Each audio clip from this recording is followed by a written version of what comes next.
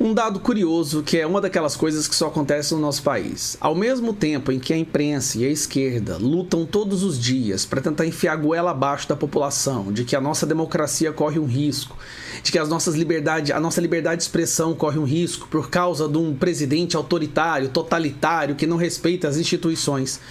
Ao mesmo tempo que isso está acontecendo, um jornalista foi preso ilegalmente, sem nem saber por que crime ele havia cometido, por um inquérito que se iniciou de forma ilegal e inconstitucional, sem direito à defesa absolutamente nenhuma, durante o período que ele estava preso, ficou paraplégico, e agora a esposa dele, Sandra, declara que ele foi torturado enquanto ele estava preso. Olha só o que saiu no Terra Brasília. Vamos lá, Terra Brasil Notícias. Esposa de Oswaldo Eustáquio diz que jornalista foi espancado e torturado. Nessa quarta-feira, Sandra Tereno usou as redes sociais para afirmar que seu marido, Oswaldo Eustáquio, foi espancado e torturado no complexo penitenciário da Papuda, no Distrito Federal, em Brasília. Segundo ela, o caso é investigado pelo Ministério Público, mas ignorado pelo que chamou de extrema imprensa.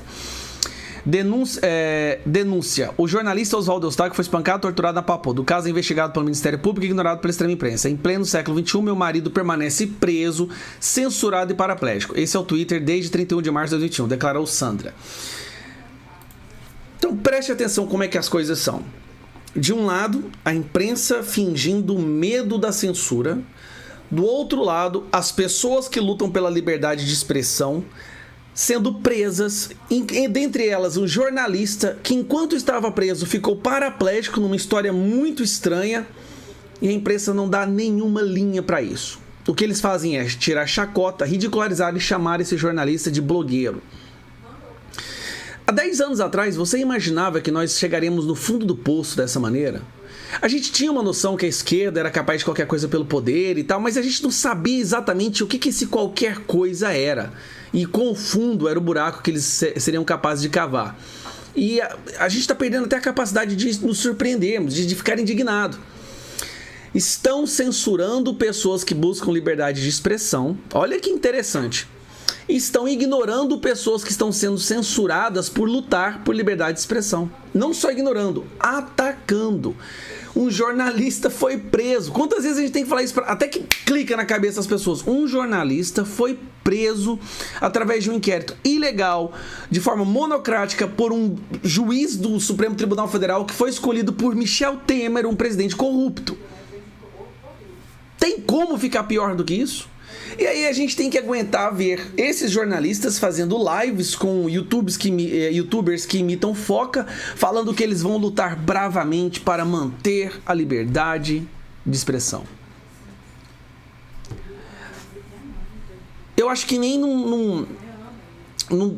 os mais criativos autores dos romances mais complexos teria sido capaz de conceber uma narrativa dessas, né? Uma história tão absurda quanto essa que nós estamos vivendo e testemunhando no Brasil. Até quando a gente vai aceitar isso, gente? Até quando? O cara ficou preso vários meses, não passou o Natal, o Réveillon com a família, tá paraplégico, e a imprensa não fala nada. Nada. Um jornalista foi preso de forma ilegal. Eu não vou ficar repetindo isso não, mas é porque às vezes eu tenho a impressão que as pessoas não entenderam a gravidade do que é isso. Se uma coisa dessa acontecesse nos Estados Unidos, seria um alvoroço. A imprensa estaria em peso falando disso todos os dias. Mas o problema é que esse jornalismo brasileiro só considera a imprensa aqueles que concordam com o que eles falam. Se você fala algo que é diferente à caixinha ideológica dessa imprensa, você não é jornalista, você não é digno de atenção, você deve ser executado. Imagine essas pessoas chegando ao poder absolutamente. Imagine essas pessoas no poder sem um obstáculo como Bolsonaro para freá-los. Para tentar freá-los. Porque até isso está difícil hoje em dia, porque retiraram deles quase todos os seus poderes constitucionais.